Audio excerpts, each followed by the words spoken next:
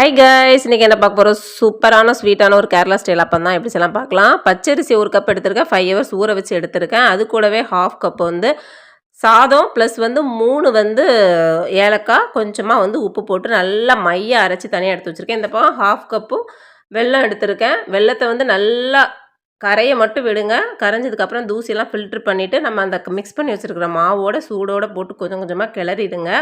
அது கூட கொஞ்சம் ஆப்ப சோடா போட்டுக்கலாம், ஆப்ஷனல் தான். நான் லைட்டாக போட்டிருக்கேன். போட்டு நல்லா மிக்ஸ் பண்ணிக்கோங்க. இந்த பக்கம் அடிகனமான பாத்திரத்தை வச்சுட்டு தேங்காய் எண்ணெய் அல்லது நெய் ஊற்றி கொஞ்சமாக தேங்காய் போட்டு நல்லா ஃப்ரை பண்ணுங்கள். ஃப்ரை பண்ணதுக்கப்புறம் நம்ம அந்த மிக்ஸ் பண்ணி வச்சுருக்கோமா அந்த மாவை அப்படி ஊற்றிடுங்க. ஹை ஃப்ளேமில் வச்சுட்டு ஊற்றுங்க. ஊற்றிட்டு அது ஒரு 60 செகண்ட் அப்படியே ஹையிலே வச்சுருங்க. வச்சு அந்த பபுள்ஸ் மாதிரி அப்படியே நுரை அடித்து அப்படி வரும். அந்த டைப்பில் மேலே மூடி போட்டு மூடிடுங்க. இது ஒரு 15லேருந்து 20 மினிட்ஸ் அப்படி சிம்மில் விட்டுருங்க. மெயினாக முக்கியமாக அடிகனமான பாத்திரம் வச்சுக்கோங்க. எனக்கு கொஞ்சம் அடி பிடிக்கிற ஸ்டேஜ் ஆகிடுச்சு.